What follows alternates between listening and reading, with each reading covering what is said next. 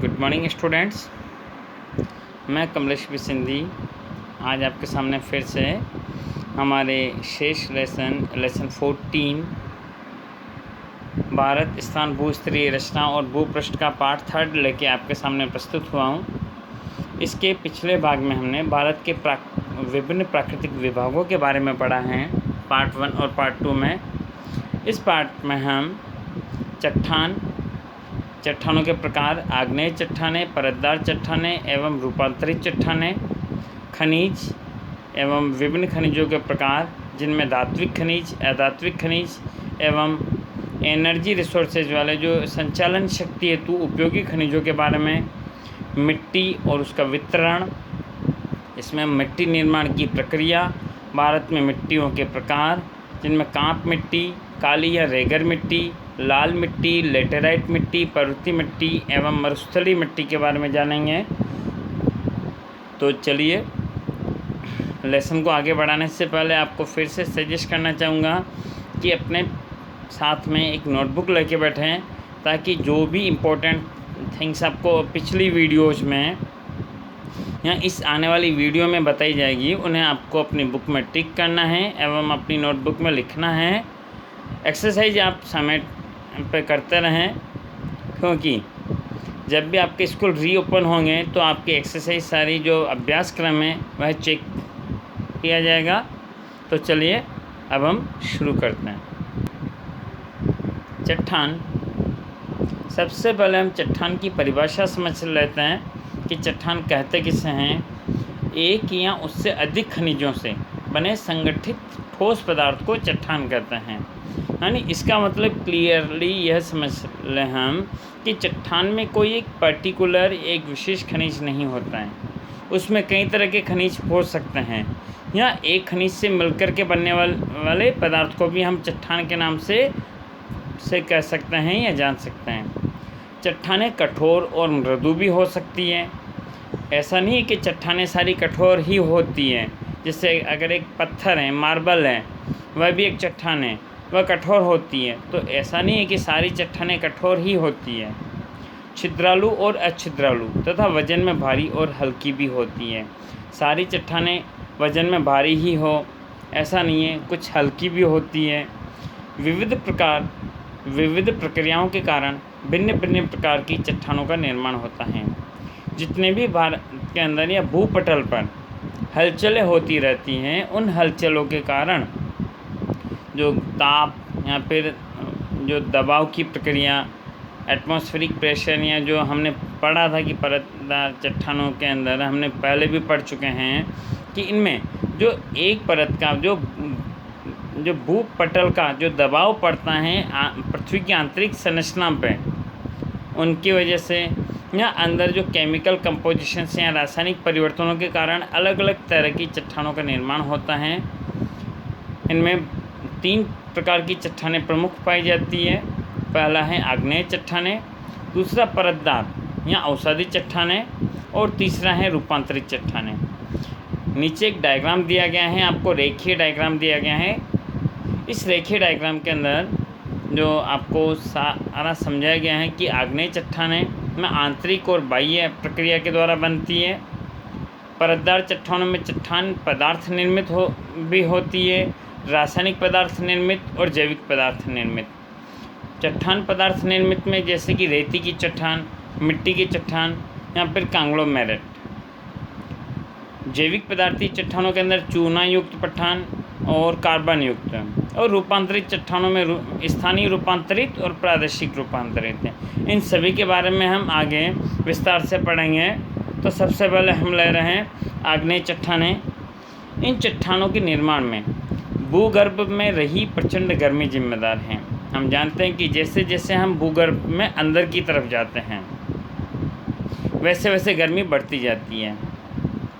भूगर्भ में गर्मी के इस प्रचंड प्रमाण के कारण भूगर्भ हमेशा धधकता रहता है। यानी क्योंकि जब हम पृथ्वी के अंदर गर्भ में जाते हैं तो पहले पृथ्वी क्या थी, एक आग का गोला थी। धीरे धीरे वह ठंडी होने लगी, बाहरी परत तो उसकी ठंडी हो गई एवं ठोस पदार्थ में निर्मित हो गई। लेकिन जैसे अभी भी वर्तमान में भी अगर हम पृथ्वी के अंदर गर्भ में जाते हैं तो अंदर जैसे जैसे हम डीप में गहराई में उतरते हैं, वैसे वैसे गर्मी बढ़ती जाती है और पृथ्वी के अंत में जो कोर आता है, सेंट्रल पार्ट, उसके यहाँ तक आते आते गर्मी इतनी बढ़ जाती है कि जो जितने भी मैग्मा ये खनिज पाए जाते हैं या जो चट्टानें पाई जाती हैं, वह तरल पदार्थ के रूप में पाई जाती हैं वहाँ पे, एवं तरल पदार्थ के रूप में वह घूमती रहती है, बहती रहती है। इन्हीं पदार्थों को मैग्मा कहते हैं। यही मैग्मा ठंडा होकर चट्टान का रूप धारण कर लेता है। जब भी कभी भूगर्भ की या भू सतह पर ज्वालामुखी उद्गार होते हैं, तो यही मैग्मा पृथ्वी के आंतरिक हलचलों के कारण पृथ्वी की सतह पर पहुंचता है ज्वालामुखी उद्गार के रूप में, एवं जितना यह गर्म होता है उतना ही जल्दी यह बाहर आकर के ठंडा भी होता है, और ठंडा होने के परिणाम स्वरूप यह चट्टान का रूप धारण कर लेता है। यह चट्टान गर्मी के प्रभाव से निर्मित होती है, इसलिए इसे आग्नेय या अग्निकृत चट्टानों के नाम से भी जानते हैं। इसे अंडरलाइन कर लीजिए कि आग्नेय चट्टान को आग्नेय चट्टान क्यों कहते हैं। भारत में राजस्थान, मध्य प्रदेश और दक्षिणी प्रायद्वीप में कई स्थानों पर ऐसी चट्टानों का निर्माण हुआ है। हमारे भारत में ऐसे कई उदाहरण मिलते हैं इस तरह की चट्टानों के। आग्नेय चट्टानें सबसे अधिक कठोर चट्टानें होती हैं। यह चट्टानें भूगर्भ से डायरेक्ट निकलती है, सीधी बाहर आती है, एवं इनका घनत्व तो सबसे ज़्यादा होता है, इसलिए ये सबसे कठोर चट्टानें मानी जाती है। ग्रेनाइट अंतस्थ प्रकार की चट्टानों का प्रसिद्ध दृष्टांत है। यानी जो ग्रेनाइट चट्टान है वह आग्नेय चट्टानों का एक फेमस एग्जाम्पल है, और बेसाल्ट भी इसी प्रकार की एक चट्टान है, वह भी एक आग्नेय चट्टान है। चलिए अब हम दूसरी चट्टान लेते हैं, परतदार चट्टान। पानी तथा अन्य बलों के संयुक्त प्रभाव से आग्नेय चट्टान टूटती है। जब अगर एक पर्वत का निर्माण हो जाता है, पर्वत के निर्माण की बात में वहाँ पे जैसे जैसे हम ऊंचाई पे बढ़ते हैं तो हमारा वातावरण ठंडा होता जाता है, और वहाँ पे बर्फ़ वगैरह यहाँ जमती जाती है, वहाँ पे पेड़ पौधे लग जाते हैं, वहाँ पे धीरे धीरे जब वन होते हैं बारिश को अपनी तरफ अट्रैक्ट करते हैं, आकर्षित करते हैं। उसी बारिश के कारण जब वहाँ से नदियों का उद्गम होता है, हमें पता है कि हमारी ज़्यादातर नदियों का उद्गम स्थल पर्वत स्थल ही माने जाते हैं। तो इन्हीं पर्वतों से जब नदियों का उद्गम स्थल होता है, ये नदियाँ अपने साथ में चट्टानों को काट करके अपने साथ में कुछ अवसाद लेकर के आती है। इन अवसादों को वह पर्वत की तलहटी में या मैदानी भाग में परत बाय परत जमाती रहती है। एक साल बारिश हुई, उसके साथ में जो भी बह करके अवसाद आएंगे, सेडिमेंट्स आएंगे, वह एक परत के रूप में नीचे मैदान में जम जाएंगे। फिर अगली बार फिर जब बारिश होगी अगले साल, तो भी फिर से उन नदियों के साथ में बह करके जो अवसाद आते हैं वो फिर से उसके ऊपर जम जाएंगे। तो इस तरह से परतदार परत जो अवसाद जमते रहते हैं, उन से परत जो बनती है, इसी प्रकार के चट्टान के टुकड़ों अथवा चट्टान के बोझ का विविध स्तरों में निक्षेपण होता है। एक चट्टान के ऊपर, एक परत के ऊपर दूसरी परत का बोझ गिरता है, एवं दूसरी परत के ऊपर तीसरी परत का। तो जो सबसे नीचे की जो परत होती है, उसके ऊपर जो परतें होती हैं, उनके दबाव के कारण जो नीचे ही नीचे वाली चट्टानें कठोर रूप धारण कर लेती है, जिससे कि परतदार चट्टान के नाम से जाना जाता है। जैसे सलखड़ी, जिप्सम, चूना पत्थर, जो कि आप यहाँ पे यहाँ की चूने के रूप में, खड़िया के रूप में देखते हैं, कोयला, ये सारे परतदार चट्टानों के उदाहरण हैं। इस तरह की चट्टानें बिहार और झारखंड वगैरह राज्यों में जो कोयला और जिप्सम मिलता है, वह इसके बेस्ट एग्जाम्पल है, उदाहरण है। तीसरा है रूपांतरित चट्टानें। कुछ विशिष्ट परिस्थिति में मूल चट्टानों का स्वरूप, संरचना और गुणधर्म रूपांतरित हो जाते हैं। अभी हमने बात की परतदार चट्टानों की। परतदार चट्टानों का जो सबसे नीचे की परत होती है, इस नीचे की परत के ऊपर एक तो पृथ्वी के आंतरिक भाग में पाई जाने वाली गर्मी के कारण एवं ऊपरी परतों के दबाव के कारण कुछ उनमें केमिकल या रासायनिक परिवर्तन हो जाते हैं। जैसे जैसे यह परतें उसके ऊपर दबाव बढ़ता जाता है, वैसे वैसे पृथ्वी के अंदर की तरफ जो सबसे नीचे की परत होती है, उनमें रासायनिक परिवर्तन हो जाते हैं एवं इन्हीं रासायनिक परिवर्तनों के कारण उसका जो टोटली केमिकल कंपोजिशन होता है वह चेंज हो जाता है। उसके जो गुणधर्म होते हैं चट्टान के वह पूरे या पूर्ण रूप से बदल जाते हैं एवं उनका एक दूसरा ही रूप बन जाता है। इस दूसरे बने हुए रूप को ही हम रूपांतरित चट्टानों के नाम से जानते हैं। इनमें दो मुख्य परिबलों के संयुक्त प्रभाव के कारण आग्नेय और परतदार चट्टानें एकदम नया रूप धारण कर लेती है। इस नवनिर्मित चट्टान को रूपांतरित चट्टान कहते हैं। जैसे चूना पत्थर से जो कि चूना होता है, चूना पत्थर उससे मार्बल में होता चूना पत्थर ही है, लेकिन उसका रूप टोटली परिवर्तित हो जाता है। उसकी जो डेंसिटी होती है वह हार्ड हो जाती है। और जो क्वार्टराइज, यह भी रूपांतरित चट्टान का ही उदाहरण है।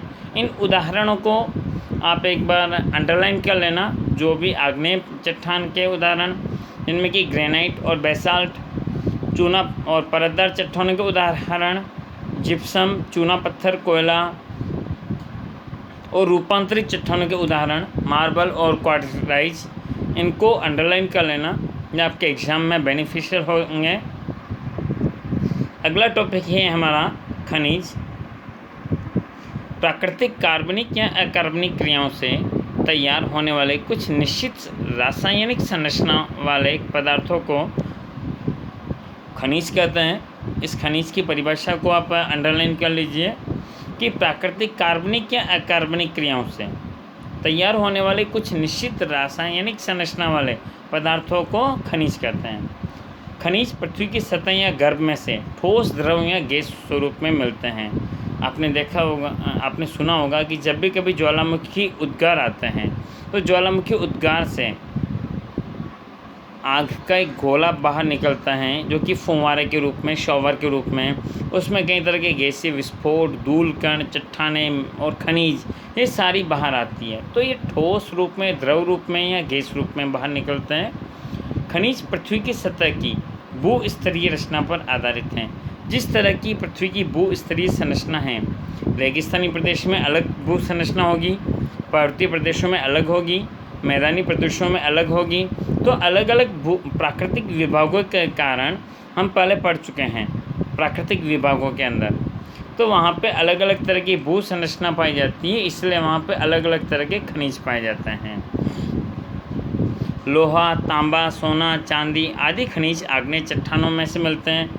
कोयला, खनिज तेल और प्राकृतिक गैस आदि परतदार चट्टानों में से प्राप्त होते हैं। एवं स्लेट, संगमरमर, हीरा आदि रूपांतरित चट्टानों में से मिलते हैं। तो खनिजों का वर्गीकरण अगर हम करें तो लगभग हम प्रत्यक्ष या परोक्ष रूप से एक दिन में हमारे दैनिक व्यवहार में 200 से ज़्यादा खनिजों का उपयोग करते हैं। इसलिए खनिजों का वर्गीकरण हमारे दैनिक जीवन में कर पाना संभव नहीं है, लेकिन फिर भी यहाँ पे आपको सामान्य वर्गीकरण दिया गया है। इसमें सामान्य वर्गीकरण में कुछ हैं धातुमय खनिज, जिन्हें कि धात्विक खनिज के नाम से जानते हैं, मेटेलिक मिनरल्स।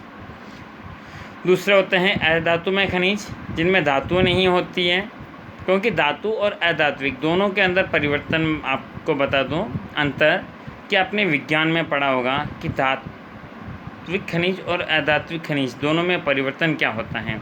जब भी किसी धात्विक खनिज को हम बीच में से काटते हैं तो उसमें लश्कर पाया जाता है, उसमें चमक पाई जाती है, उसकी सतह एकदम नई हो जाती है। आप जब भी कभी मार्केट से अगर नए बर्तन लेकर के आते हैं तो वह एकदम से शाइन मारते हैं, लेकिन जब धीरे धीरे वह पुराने हो जाते हैं तो उनमें एक धुंधलापन आ जाता है।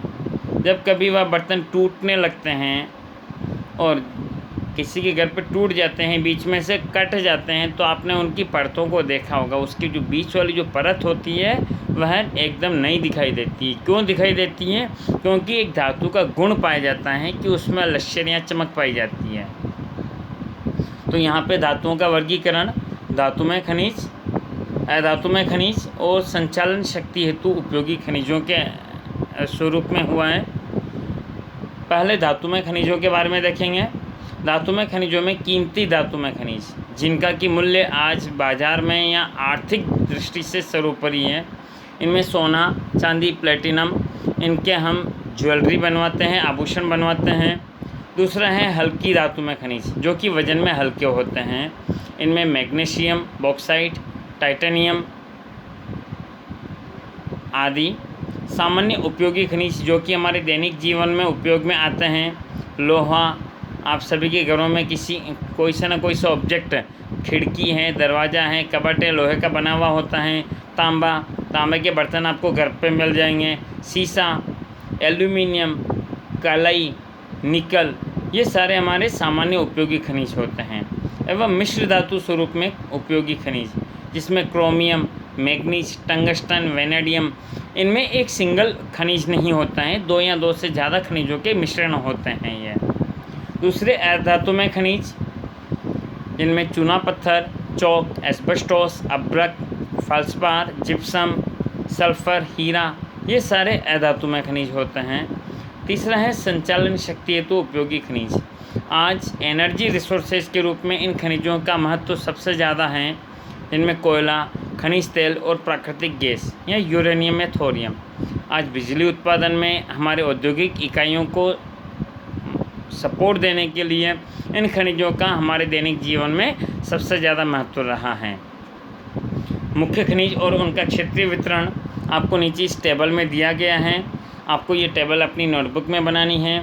इनमें पहले 3 स्टेट आपको स्पेशली लर्न रखने हैं कि जैसे लोहे के मुख्य जो राज्य हैं, वैसे लोहा इन सभी राज्यों में पाया जाता है जो आपको सारणी में दिए गए हैं। झारखंड, छत्तीसगढ़, आंध्र प्रदेश, गोवा, ओडिशा, तमिलनाडु, महाराष्ट्र, राजस्थान, कर्नाटक, बिहार और मध्य प्रदेश, इन सभी राज्यों में इनका उत्खनन होता है। लेकिन पहले 3 राज्य आपको स्पेशली लर्न रखने हैं, ठीक है। आगे हम ले रहे हैं मिट्टी और उसका वितरण। आप मिट्टी के बारे में सब जानते हैं कि पृथ्वी की सबसे ऊपरी परत को हम मिट्टी के नाम से जानते हैं, जो कि बारीक होती है। आगे हम ये मिट्टी एक संसाधन के रूप में कैसे हैं हमारे लिए, इससे जानेंगे कि कृषि कार्य के उपरांत भी यह मिट्टी अत्यंत महत्वपूर्ण है। जैसे कृषि, हमारे देश में जितनी भी फसलें उगाई जाती है वो खेत में उगाई जाती है। उनमें क्या पाया जाता है, मिट्टी, या हम सीमेंटेड वहाँ पर रोड बनाते हैं, मिट्टी पाई जाती है ना। तो ये मिट्टी कृषि के लिए एक मूलभूत संसाधन के रूप में पाया जाता है एवं इसके उपरांत भी इसके अनेक उपयोग हैं। जमीन पृथ्वी की सतह पर स्थित जैविक और अजैविक द्रव्यों से निर्मित एक पतला स्तर है मिट्टी का।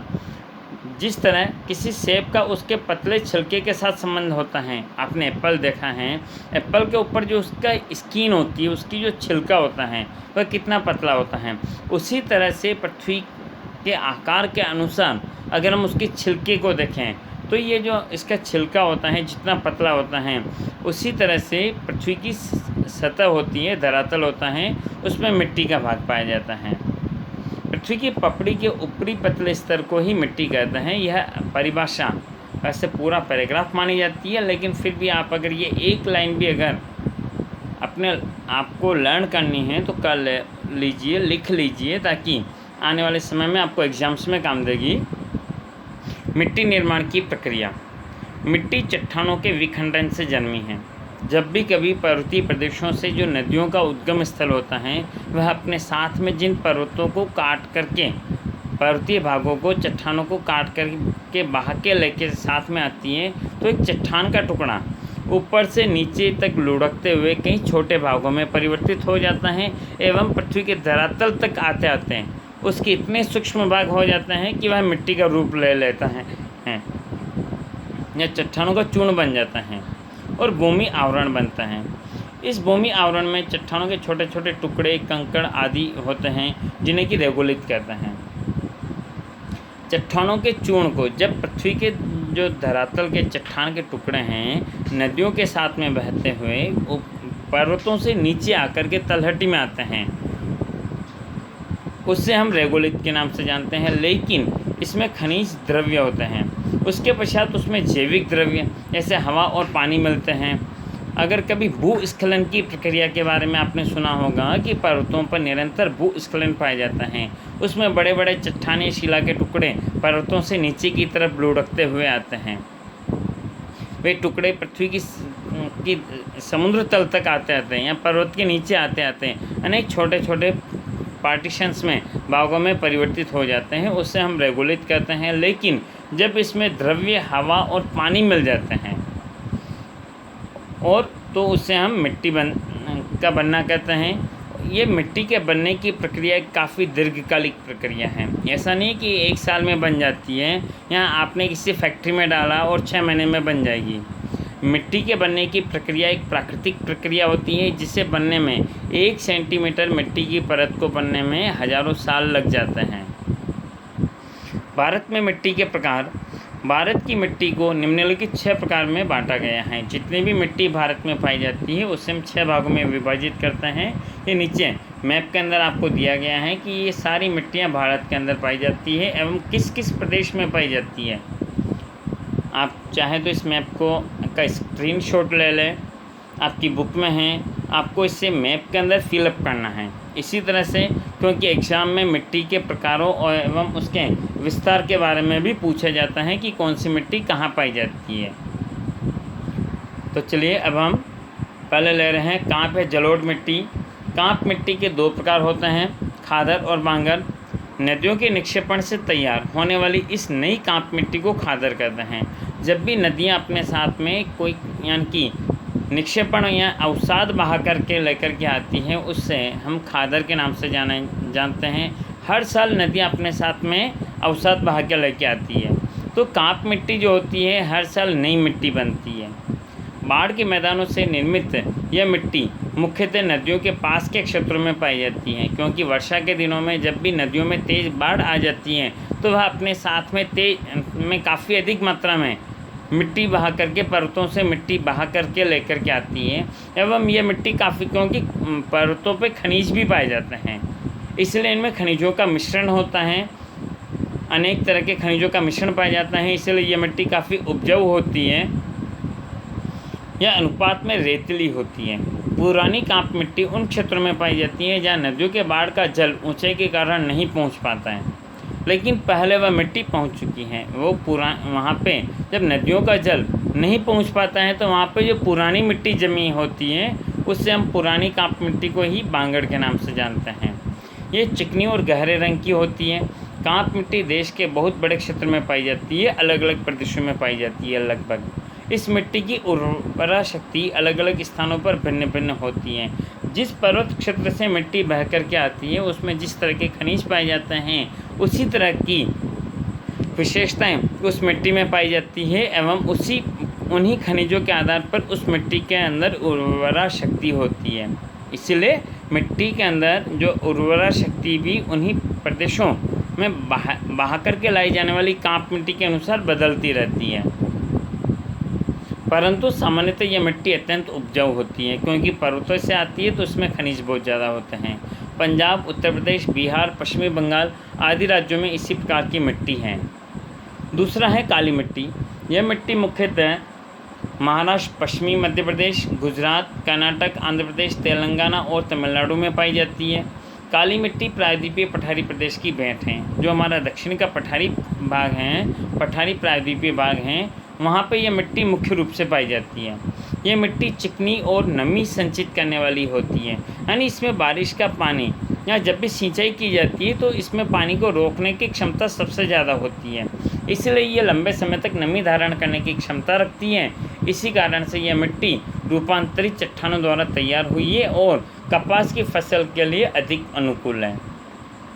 यह कपास की काली मिट्टी के नाम से भी जानी जाती है। यह मिट्टी रेगड़ नाम से भी पहचानी जाती है। इस लाइन को अंडरलाइन कर लीजिए, क्योंकि यह कपास की काली मिट्टी के नाम से या फिर रेगड़ मिट्टी के नाम से भी जानी जाती है।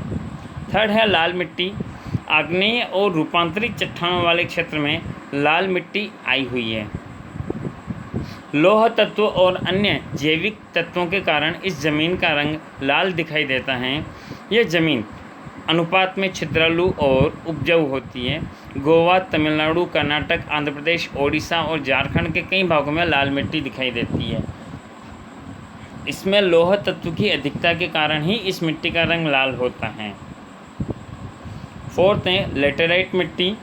अधिक वर्षा के कारण तीव्र कटाव के परिणाम स्वरूप लेटेराइट मिट्टी बनती है, जब क्योंकि जो मैदानी भाग होते हैं वहाँ से जो उपजाऊ मिट्टी तो बह कर के आगे चली जाती है, लेकिन जो उपजाऊ मिट्टी के नीचे का जो भाग बचता है जो कि कम उपजाऊ होता है, क्योंकि मिट्टी के अंदर जो ह्यूमस पाया जाता है, पोषक तत्व जो पाए जाते हैं, वो जब बह कर के आगे निकल जाते हैं एवं निचला जो शेष भाग बचता है उससे हम लेटेराइट मिट्टी के नाम से जानते हैं।